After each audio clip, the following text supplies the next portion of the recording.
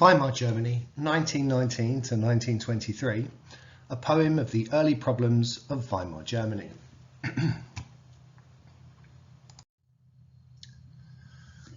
Weimar Germany was created at the end of World War I.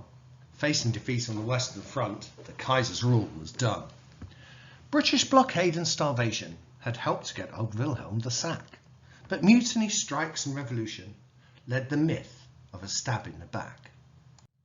The Social Democrats under Herr Ebert were the first to take up the reins, but given the job of securing the peace left them with the peace treaty stains. The Germans were offered a diktat. At Versailles they were forced without pause to give up some land and the army and agree to the war guilt clause.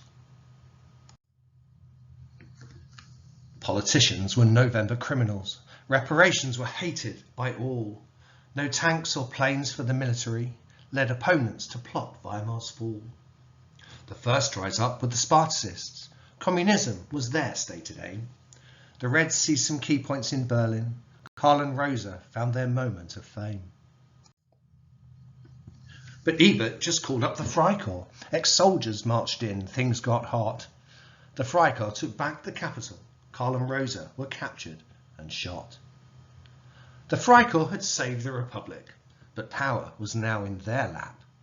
They didn't want to give up their weapons, so seized Berlin in a putsch led by Kapp. Ebert then turned to the army. Help democracy thrive was his plea. The army said it won't shoot on Reichswehr, so the government to Dresden did flee. The government called for a workers' strike. The country then ground to a stop. The Freikorps gave up their right-wing plans and off to Sweden did Wolfgang Kapp pop. So control was back with the SPD, maybe now with some good times ahead. But just 3 years later it got far worse, the shocking cost of a good loaf of bread. 22 saw the Germans miss payment of reparations that they owed to France. Under terms of that hated treaty, the Ruhr saw the French troops advance. They had come to seize coal and factories. You are weak, we can do as we like. That's what you think, said Berlin. Right, lads, we're all out on strike. Don't worry though, boys, we'll still pay you. Printing money is easy, you know. But shops started increasing prices. Hyperinflation became the cruel blow. The government kept on printing money. The middle classes lost all that they had. Workers paid twice daily by wheelbarrow. No more savings, with pensioners sad. There were those that prospered from chaos, paying off loans that got them ahead.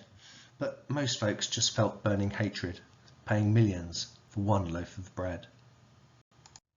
The chaos shone brightly for Hitler.